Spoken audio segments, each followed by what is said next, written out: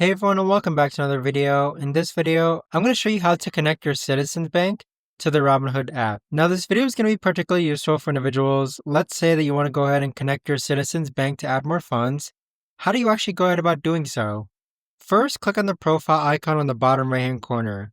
Then click on the three lines in the upper left hand corner. Next, click on Transfers. Then from here, click on Add Account located towards the bottom. Next, click on Bank Account. Then it's going to take a couple of seconds for Plaid to actually load. What Plaid is that it keeps your data and your account safe. Click on Continue, then click on Continue as Guest, then click on Citizens. Next, it's going to prompt you to log into your Citizens Bank so that you can decide which accounts you want to connect with Robinhood. But that right there, guys, is the best and easiest way I know go ahead and about doing this. If you guys know of a better, easier way to actually do this, let me know in the comments down below. I would love to know. Thanks so much for watching everyone, and I'll see you guys all in the next video.